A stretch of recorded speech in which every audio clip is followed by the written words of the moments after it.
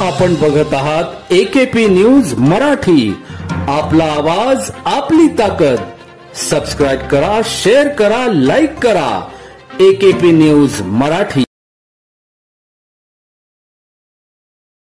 महाराष्ट्रात आता देशी गायींची ओळख राजमाता गोमाता अशी असेल। भारतीय संस्कृती जपणाऱ्या देवाभाऊंच्या महायुती सरकारने हा मोलाचा निर्णय घेतला आहे।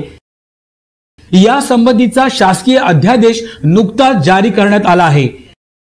महाराष्ट्रात देशी गायींच्या संख्येत वाढ करून त्यांचं संवर्धन करण्याच्या दृष्टीने देशी गायींच्या पालन पोषणासाठी पशुपालकांना प्रेरित करण्यासाठी हा महत्त्वाचा निर्णय घेण्यात आला आहे।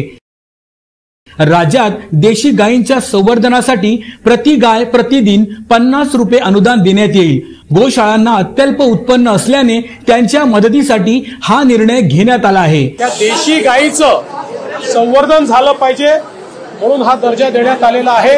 आणि एवढंच नाही तर ज्या ठिकाणी पांजरपोळ आहे, ज्या ठिकाणी व्यवस्था आहे, अशा ठिकाणी देशी गायीच्या चाऱ्याकरता मदत करण्याचा निर्णय देखील राज्य सरकारने घेतलेला आहे।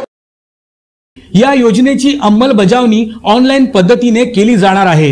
यासाठी राज्यातील प्रत्येक जिल्ह्यात गोशाळा पडताळणी समिती असेल। या निर्णयामुळे गोमातेचं रक्षण होणार आहे।